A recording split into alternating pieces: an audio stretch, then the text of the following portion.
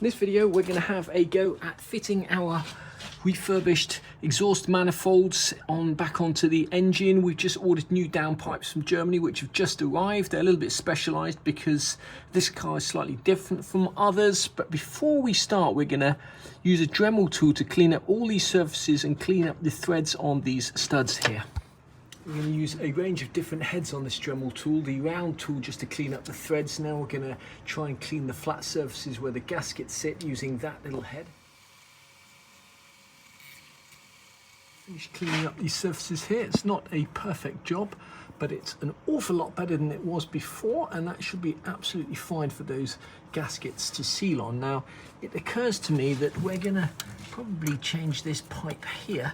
We've ordered one from a company called Euro in the States, and that's just arrived today. So let's just rip that pipe off and see if we've actually got the right fitting.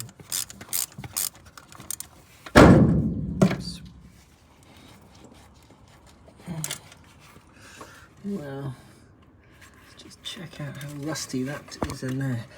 I'm not sure whether we're going to have to take all of this off and put some evapor rust through the radiator system. This is that pipe there. You can see it's pretty manky inside, but that'll probably clean up fine actually, and it's still the original Mercedes part by the looks of it. This here is 110-501-1682, which is the same as that, so it looks slightly smaller, but we'll put that on the car and see how we get on. That is looking a million times better, that pipe from Euro there. You can get these pipes from Mercedes and various other places, but they are substantially cheaper if you get them from Euro. These bits, on the other hand, the cheapest place I found them, these gaskets, are actually Mercedes. So we're going to just put those gaskets on now. Now, remember that the bulbous side here faces up. At least it did when we took them off.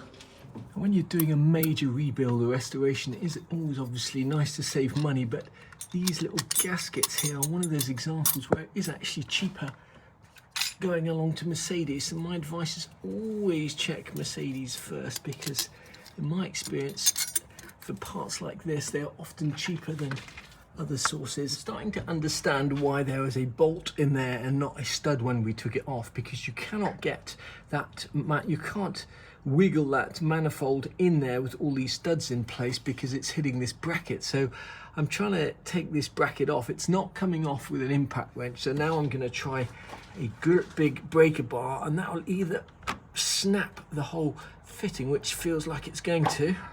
Well, finally with a breaker bar, we managed to get that loose, but that did feel like it was going to snap. Okay, with that loose, we can now get this on. Just have to remember to put all the plates and everything else back together. Wow, getting that bolt there tightened up was no 5-minute job. In the end, I had to use a set of Allen keys, like a standard Allen key like that, because you can't get a standard straight bit down there because it hits the side of this pipe. This manifold, by contrast, just slips straight on like so. That may be slightly different on your car, but just remember this last bolt here has a bracket on it, like so. Just arrived from Germany are our very non-standard exhaust pipes, which I'm hoping are going to fit our car. These are the downpipes that lead from the manifold down to the centre of the car. Here is the manky, rusty exhaust or piece of exhaust that came with the car. You can see that it's been joined or repaired there. They've kind of tried to join it here with the joiner. So we've got we've gone out and bought new exhausts, and what makes these exhausts slightly special is the fact that they've got this triangular fitting here. Most of the SL exhausts just have 2 holes, but these have 3 holes, and you can see that that mates up with the 3 holes here. Now, you can get these sections of exhaust in the UK from the SL shop, but we got these in Germany because even with the customs, it worked out about £50 cheaper, and I'll just leave the part numbers on the screen below. Just before we move on from these exhausts, there's at least 3 types of exhaust for the SL. The 280 SL up here, a 1976 280 SL, has exactly the same arrangement here with 2 separate pipes coming from the exhaust manifold, albeit with just 2 holes here instead of 3. The 1985 280 SL that we did, the Red Dragon, had an exhaust section. Actually, this is one piece of exhaust section here that joins to a central section, and there's a video all about that. And then the 450 SL there has a slightly different exhaust section again. So when you're coming to renew your exhaust, make sure you get the right one. If you look at the Mercedes diagram, this here is the part number of the bolt that bolts the manifold to the downpipes. However, on this style of exhaust with the triple holes, you will see that with the best will in the world, that bolt is nowhere near long enough. So we're going to have to go out and order another set of stainless steel bolts, and these are not cheap, I can tell you. I don't want to label the point on bolts and nuts, etc., but these little fittings are expensive, and I'm just trying to save you some time and money. These bolts or nuts are special locking nuts here. You can't use nylock nuts, the ones with the nylon inside the threads there, because obviously the exhaust will get very hot and the nylock would just melt. So you use these special split nuts up here. Now, if you go along to Mercedes, they will sell you a copper nut, and each one of these nuts costs about £2.50, and the part number for Mercedes is just on the screen below.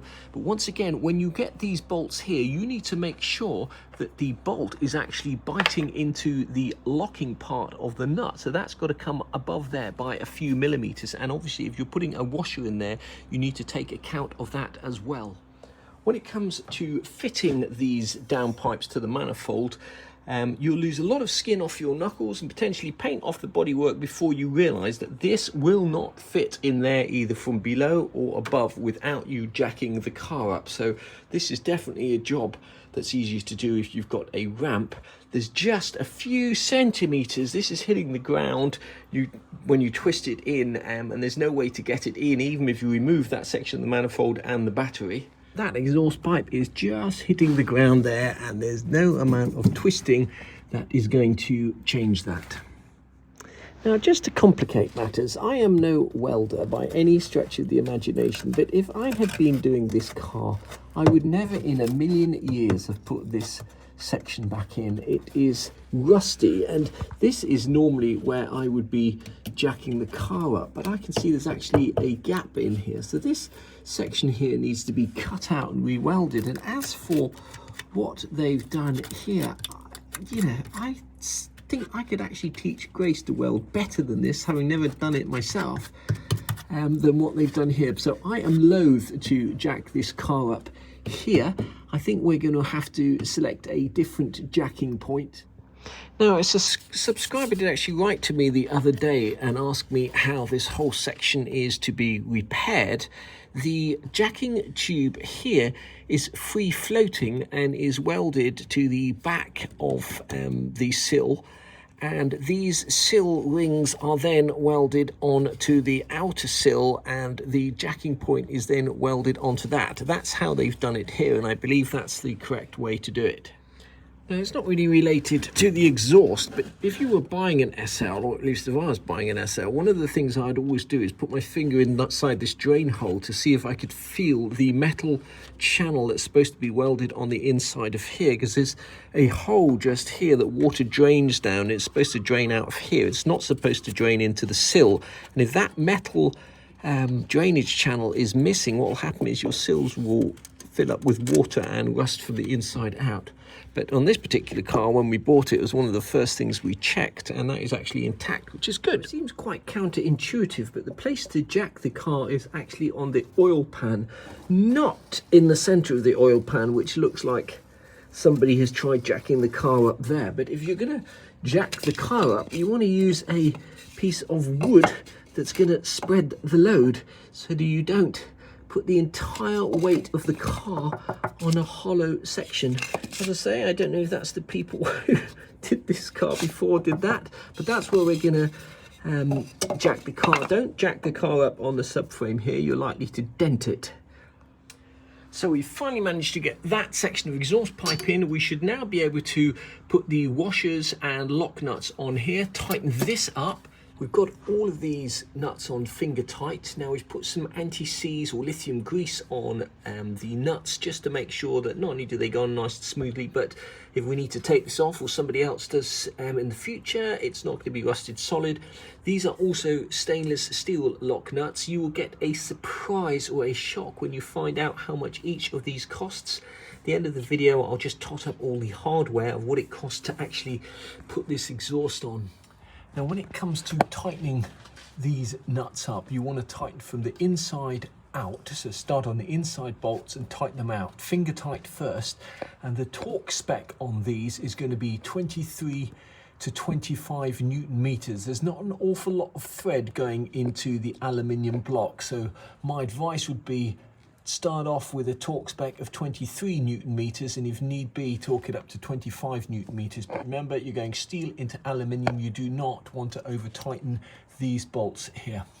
Tempting as it may be to think you're going to be able to squeeze that other pipe through that hole, this second pipe here, the one closest to the firewall, goes on from underneath. Just fit through that hole like so, and then you can pull that up. And hopefully that will all bolt to the other section of the exhaust pipe. We'll soon find out. This section should, in theory, be nice and easy to put in. Just need to remember to put that bracket on before you start putting any washers on, etc. Before we can put this bracket back on, we're just going to torque these bolts up. It's much easier to get to those bolts with that bracket off. Just arrived at 7 o'clock in the evening. The day after we ordered it is hopefully the longer bolts from these guys here, Accu. Hopefully these are the right size bolts here, M8 x 45mm. And they're stainless steel bolts. They're not fully threaded, they don't need to be. We also, while we were at it, got stainless steel hose clamps, which hopefully are the right size. So the next video we'll be doing is renewing all the radiator hoses and changing all the hose clamps for stainless steel ones on that car. These stainless steel bolts and washers from Accu fit perfectly. The only thing you've got to be aware of on this particular manifold, it doesn't matter which way around you put the bolt in, you can either come in from that side or that side, but on this manifold here, you can only come in with the bolts coming up from the bottom because you can't get those long bolts in past this manifold. So just to keep it all the same, the bolts come in from the back and the nuts and washers are touching the manifold here. I'm not going to tighten these up just yet because the position of these will slightly depend on how the positioning of the exhaust underneath the car and getting it central to the rear valance when we put that on. Now, just before we move on to the tailpipe of the exhaust and what's wrong with it, I'm just going to very quickly run over the exhaust rubbers. If you go along to Euro Car Parts and type in the registration number of this 280SL, you will get exhaust rubbers from Vaco like this, which are about £2.50 each. Euro Car Parts also sell exactly the same rubber for about 68p. There's the part number there, 712440920. Slightly thinner than the Vaco one, but substantially cheaper. Now, they also sell a larger donut here, which I actually think works better, especially for hanging the tail section of the Mercedes exhaust, and that's 7126031.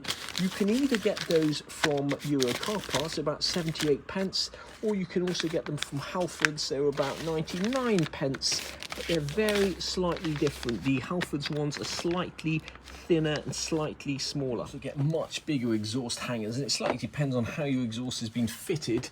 I'm just going to fit some new hangers onto this exhaust here. This is our 280SL. We're going to put the Halfords one on this side and the Euro Car Parts one on this side. Quick Fit or some exhaust place, they've got special tools to get those exhaust rubbers on, but I just use a S-shaped hook like this, which we use for painting bits. Works absolutely fine. Now, on this 280SL, we always tend to get through some exhaust rubbers because the way the exhaust is fitted is such that it's slightly too far over this way, and hence the exhaust rubber rubs on this metal valance here. But while we're here, I want you to have a look at how this bracket here is actually attached to the exhaust. It's one bracket that's welded on, another section here that's welded between the exhausts. If we look down at our rusty 450SL, it's exactly the same situation. One top section here welded on and just one bracket across the bottom welded on. For some reason best known to the previous owners of this car, they have cut off the exhaust here and moved it back and held it on with a mishmash. Now I don't know why that is it because they had the wrong exhaust on the car and the pipes are too long? I'm not sure, but what I think I'm going to do is just to get an angle grinder and cut this off. I guess we need to line up the exhaust and see how it lines up with the car, but I'm not happy with this mishmash here. While you're at Euro Car Parts, you can pick up a set of these clamps here, 712770081 for about £2.50, and there's 4 of them on the car too, where this section of this exhaust pipe joins. Incidentally, I think that Euro Car Parts actually sell this section of exhaust as well, and then there's a couple more clamps that fit at the end here, so we've got 2 new clamps which will hopefully clamp to our new section of exhaust that we've just bought and fitted.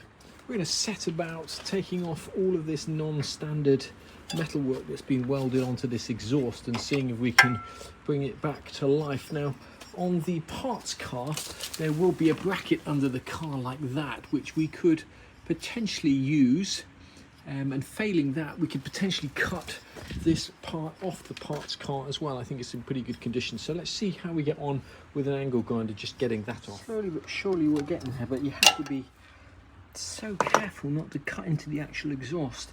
This we can take off with a flat wheel or the finger file. We're just going to smooth this off with the finger file. Right, that was the easy bit. Let's flip this over and see what our mishmash is on the other side. Just by taking off the guard and coming in with a smaller wheel, we're able to cut these little sections off. We'll be able to get these off with the finger file or a grinder, but we can cut straight down without cutting into the pipes. We've pretty much got that looking as it should now, but I'm not going to hang this exhaust on the car just yet. There are just a few things I need to take off underneath the car and refurbish before I put that exhaust on. So in the next video, I'm going to put all the brand new hoses back on with new stainless steel hose clips and refurbished metal pipes. We're going to see if this car will start and run with water in the radiator, see if we can get that water to temperature and flush it out. Do that a few times until it's clear. So I'm just going to finish this video off, just if anybody's interested, just giving you what it actually costs, just the nuts and bolts and clamps to redo an exhaust on a 280 SL. It'd be very similar for any other SL. As I mentioned, these stainless steel locking nuts, the aerotight locking nuts, are expensive. The cost of just 2 of them is £3.29.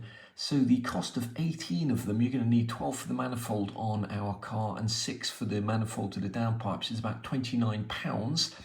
Obviously, if you went along to Mercedes and you paid £2.40 per copper lock nut, you'd pay substantially more than that. But just bear in mind, £30 just for the nuts. Gaskets between the manifold and the engine block, known just as a sealing, would cost you £9.98 plus VAT, which is about £12. We bought our stainless steel bolts and washers from Akku. There probably are cheaper places to get them, but I haven't found a place yet that has such a wide selection and sends out for next day delivery. So 6 of those bolts that hold the manifold to the downpipes, £4.08 plus VAT, which is about £5. The stainless steel washers that you'll need both for the manifold and for attaching the manifold to the downpipes, not expensive, £2.86 for 20 of them.